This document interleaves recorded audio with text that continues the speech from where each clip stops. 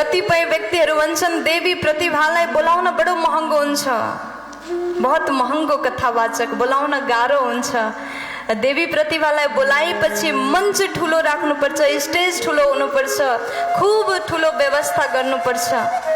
त्यस्तो होइन हजुर। मलाई त देशको माया लाग्छ, हजुरहरूले दिएको प्रेमलाई मैले भुल्न सकेको छैन।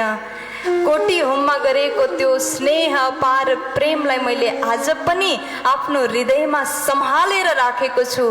त्यसै कारण हजुरले बोलाउँदा हजुरसँग ठुलो व्यवस्था भए तापनि ठिक छ छैन भने हजुरले मायाले, हजुरहरू भनेको मेरो आफ्नो हो, आफ्नो आमा बाबाहरूले मायाले बोलाउनु भएको छ, मातृभूमिमा प्रेमले बोलाउनु भएको छ। यदि देशको सम्मानको कुरा आउँछ, आफ्नो आमा बाबाको सम्मानको कुरा आउँछ, आफ्नो माटोको सम्मानको कुरा आउँछ भने म हजुरको बुलावालाई, निमन्त्रणलाई स्वीकार गरेर केवल उच्च आसनमा नबसेर भुइँमा धुलोमा बसेर पनि हजुरलाई कथा सुनाउन तयार छु।